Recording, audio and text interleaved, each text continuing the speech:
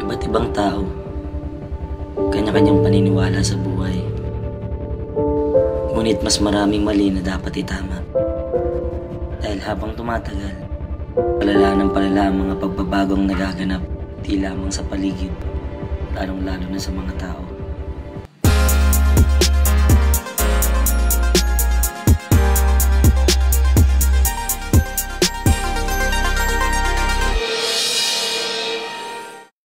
Ako si Jose Maricanyamo, aka Manok, at ito ang story ng buhay ko.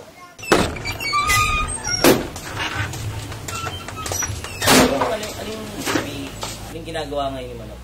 Yung pinagkakaabalan? For the present time, isa akong presidente ngayon ng Nazareno. Meron akong sariling replika. Kada piyesa ng Quiapo at mahal na araw, isa ang grupo ang tumutulong sa prosesyon ng Quiapo at ang pangalan ng grupo ko ay Forbida El Señor. Ang Forbida ay meaning is for life. Habang buhay na pamanata o in other words sa Tagalog ay deboto ng mahal na pong Jesus sa Nazareno. Gaano mo makilala si Plong?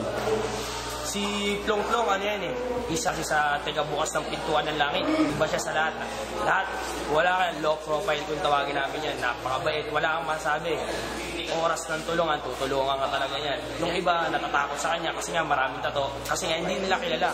Pero pag nakilala nila lalo na si Plong, yung loob ni Plong, hindi nila masasabi na kung ano yung nakatato sa kanya, hindi siya yun.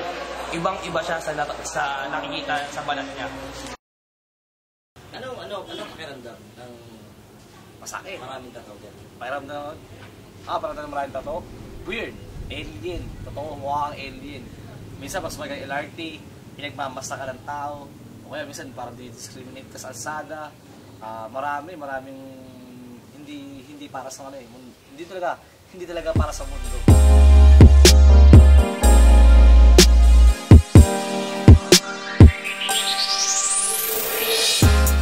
Pero may nabago ba talaga siya sa buhay mo? Kaya bigla ka naging bigo? Nabago? Napakailan nagbago sa akin. Ang isang pagbabago lang sa akin yun nga, kung ano yung mga mali ko nung kabataan ko. So ito, unti-untiin ko. Hindi man ura-urata mga mababawi mo yun Dahil sa isang hakbang mo. Ano kakit ka? Mabait ka na, ganito. Bisyo na iwasan natin.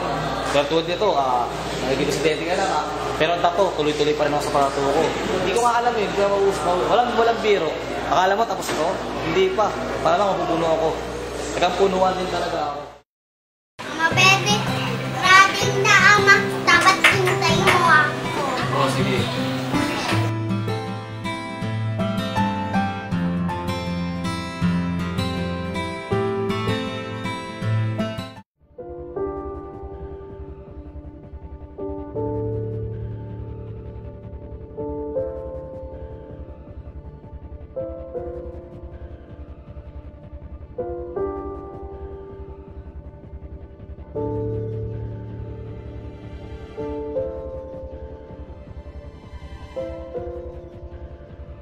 Mensahe para sa mga manghusga, yung mga taong mahilig manghusga sa panlabas na niyo.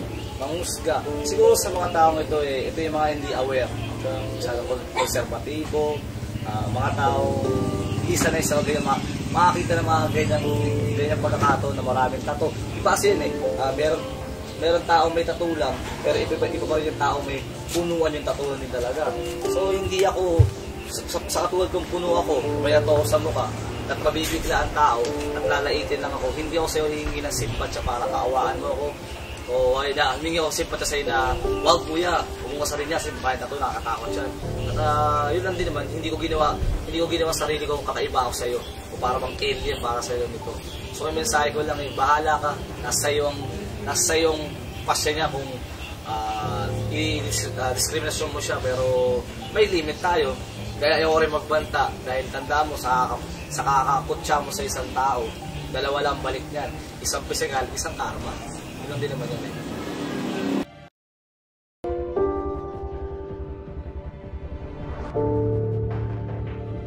Hindi basihan ang panlabas na anyo sa anong totoong katauhan ng isang tao.